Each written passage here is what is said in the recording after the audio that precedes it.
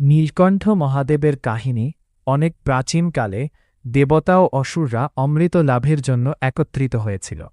তারা শুরু করেছিল সমুদ্রমন্থন।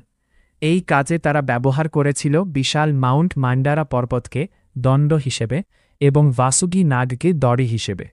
সমুদ্র মন্থন চলতে থাকলে একে একে নানা দেবীয় বস্তু বের হতে লাগল।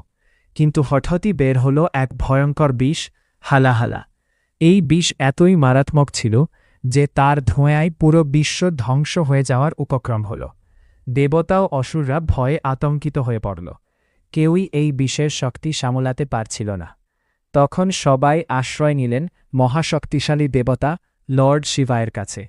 মহাদেব বুঝতে পারলেন, যদি এই বিষ ছড়িয়ে পড়ে তবে সমগ্র সৃষ্টি ধ্বংস হয়ে যাবে।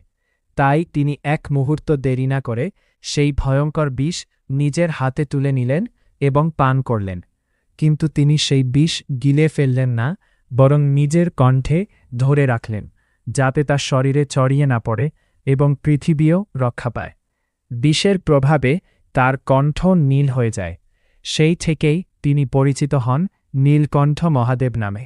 এই কাহিনী আমাদের শেখায়, সত্যিকারের শক্তি হল ত্যাগ ও অন্যকে রক্ষা করার ক্ষমতা। মহাদেব তাই শুধু ধ্বংসের দেবতা নন, তিনি সৃষ্টির রক্ষকও।